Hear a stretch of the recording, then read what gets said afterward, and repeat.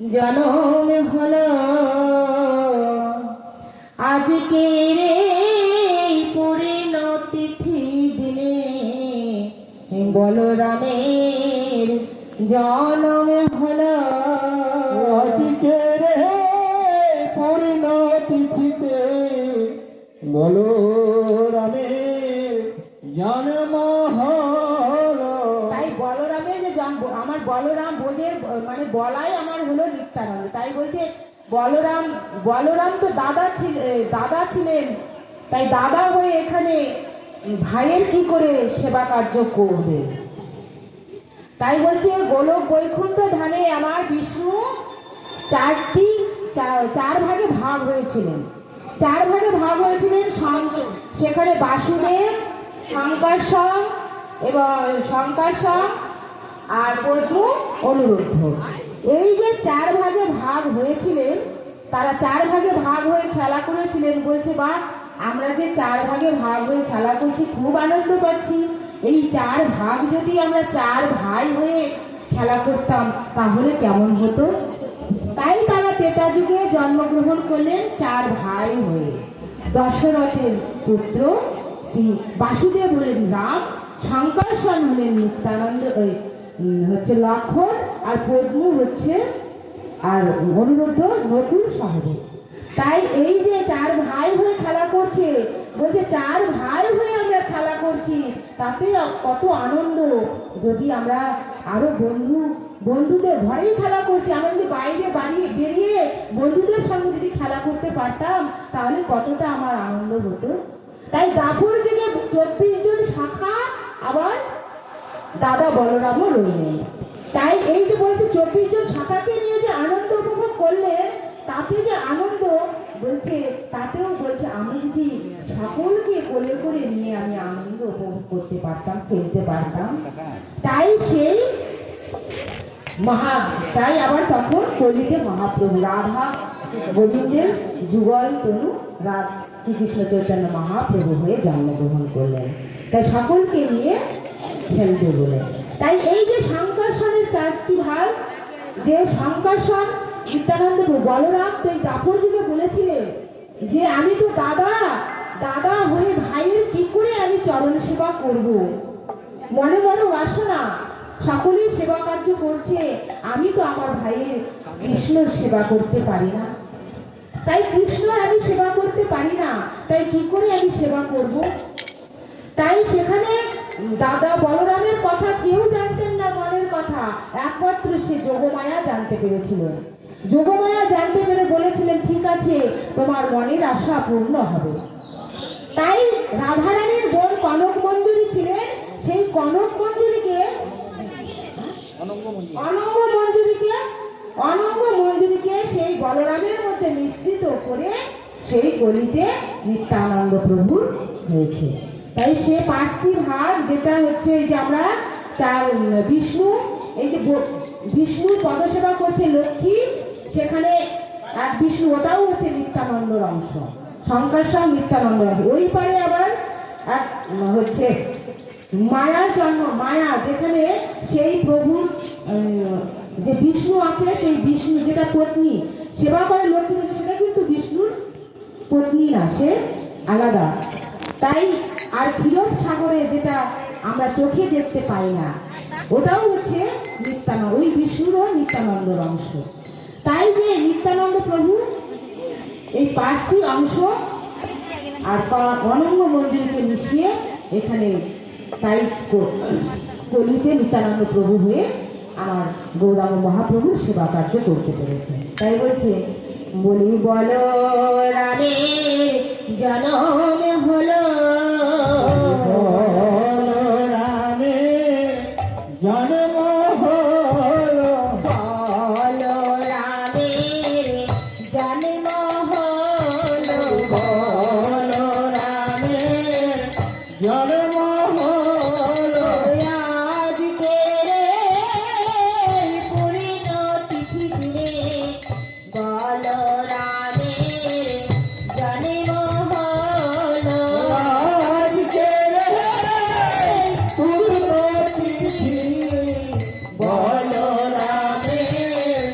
জন্ম হলো ওগো এক চক্র ধামে হচ্ছে ওই একই চক্র গ্রামে রমণী বনে একই চন্দ্রহাগরে রমণী বনে। ও দিদি যাবি না আজকে সেই হচ্ছে হারাই পণ্ডিতের ঘরে পুত্র সন্তান লাভ করেছে দেখতে যাবে না? ওগো দিদি তোমরা দেখতে যাবে না? বলছে যাবো তো।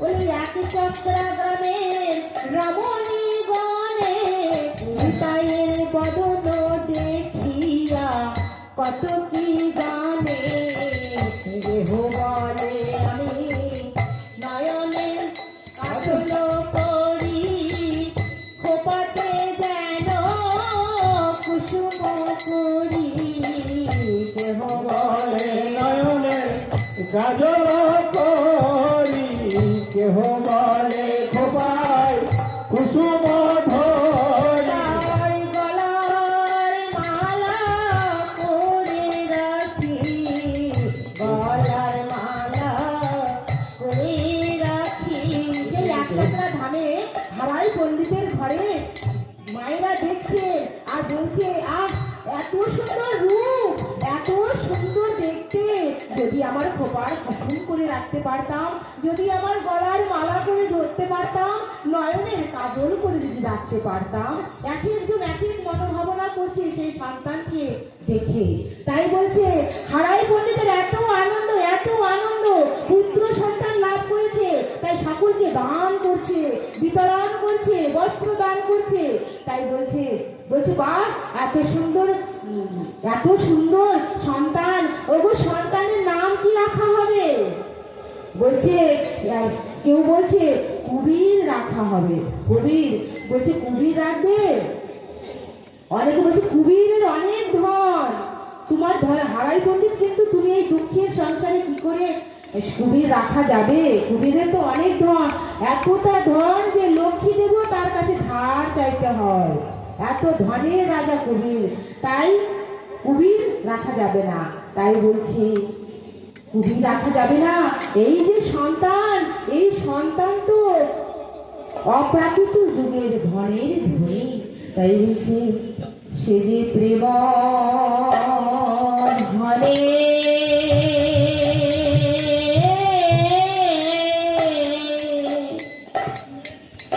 ধন করি সে যে প্রেম ধনে ধন পুরে।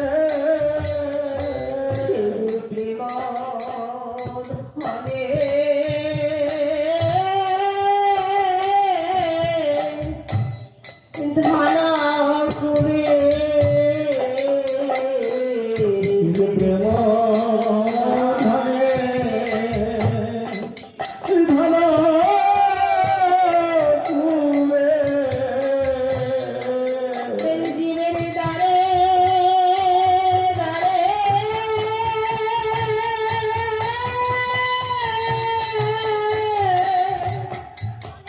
নাম প্রেম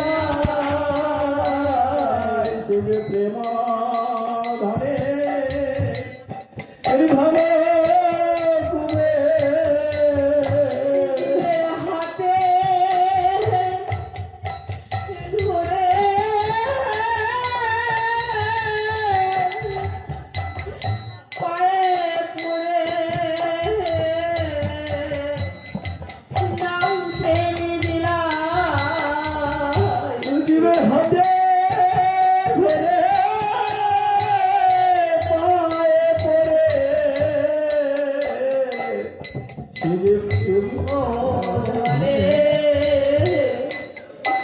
ধরো তুমি এত বলে নিত্যানন্দ ভবে গড়ি যায়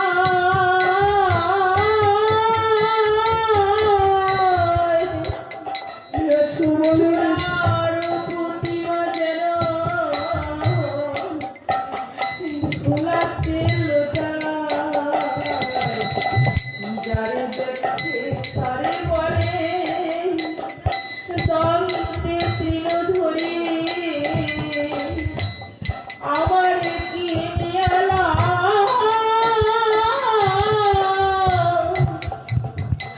আমার কি নিয়ালা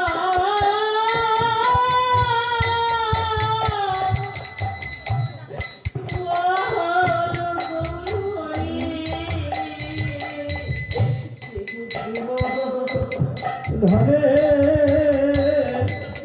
ধনে তুমি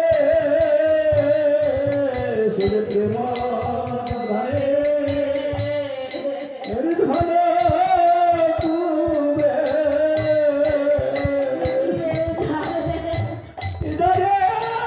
ধনে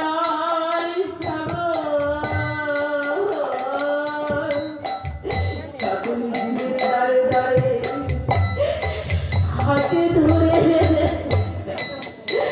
একবারে বলো কৃষ্ণ নাম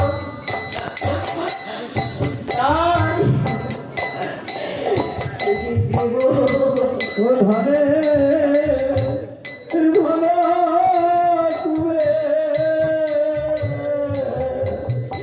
তাই তার নাম রাখা হলো কুবের। তাই সে বড় হচ্ছে নিত্যানন্দ প্রভু কুবের বড় হচ্ছে আর এদিকে তার গৌরাঙ্গ মহাপ্রভু দাদা যে বিশম্ভর সন্ন্যাস চলে গিয়েছিলেন সে তাকে স্বপ্নে দেখানো হয়েছিল যে বলরামের জনম হয়েছে কিন্তু জনম হয়েছে 20 বছর ধরে খুঁজছে কিন্তু কোথায় জনম হয়েছে কিছুতেই খোঁজ পাচ্ছে না তাই সে ঘুরতে একদিন হারাই পণ্ডিতের ঘরে গিয়েছেন তাই একজন সন্ন্যাসী এসেছেন তাই হারাই পণ্ডিত এবং তার গৃহিণী তাকে বলছে তাকে আদর শ্রদ্ধা করে বসানো হয়েছে আর এদিকে কুবির খেলা করে বন্ধুদের সঙ্গে খেলতে যায় আর খেলা করে সে বলে আমি অন্য কিছু খেলবো না আমি শুধু রামলীলা খেলা করব। সে লক্ষণ সাজে আর দাদা রাম বলে চিৎকার করে আর অচেতন হয়ে পড়ে যায় তাই সেই দিনও সে অচেতন হয়ে পড়ে গেল বন্ধুরা সকলে নিয়ে এসে বলছে পদ্মা দেবী মা তুমি তোমার সন্তানকে নাও কুবিরকে নাও সে অন্য খেলা কিছুতেই খেলতে চায় না সে বলে আমি রামলীলা খেলা করব আর লক্ষণ সাজে আর দাদা রাম বলে আর অচেতন হয়ে পড়ে যায় তাই মা তাকে কুবিরকে কোলে করে নিয়ে বলছি বাবা সন্ন্যাসী তুমি দেখো তো আমার এই সন্তানের কি অসুখ হয়েছে তুমি কিছু বলতে পারবে তাই একজন সন্ন্যাসী সে চিনতে পারলেন এই তো সেই সন্তান এই তো সেই বলরাম এই তো যাথা সন্তান নয় তার কাছে তার মুখের দিকে কিছুক্ষণ ধরে সে চাইয়ে থাকলেন বলছে মা তখন বলছে তুমি কিছু বলতে পারো না তোমার সন্তানের কি হয়েছে বলবে না বলছে তোমার সন্তানের কি হয়েছে তোমার সন্তান রামলীলা যে খেলা করে তাই তোমার সন্তানের একটু রামলীলা শ্রবণ করালে সে তার চেতন হবে তাই আমরা সকলে হাত জোর করে মনোবাসনা মনের কামনা আমরা একটু সেই রামচন্দ্রের বন্দনা সকলে করব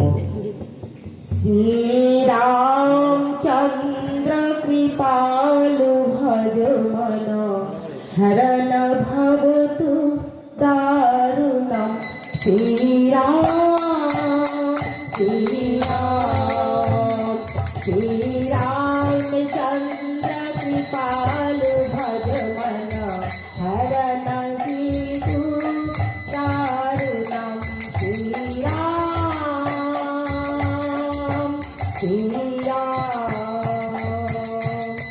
दशरथ राजा रामचंद्र की कुंजलोचन कुंज मुख करो कुंज पद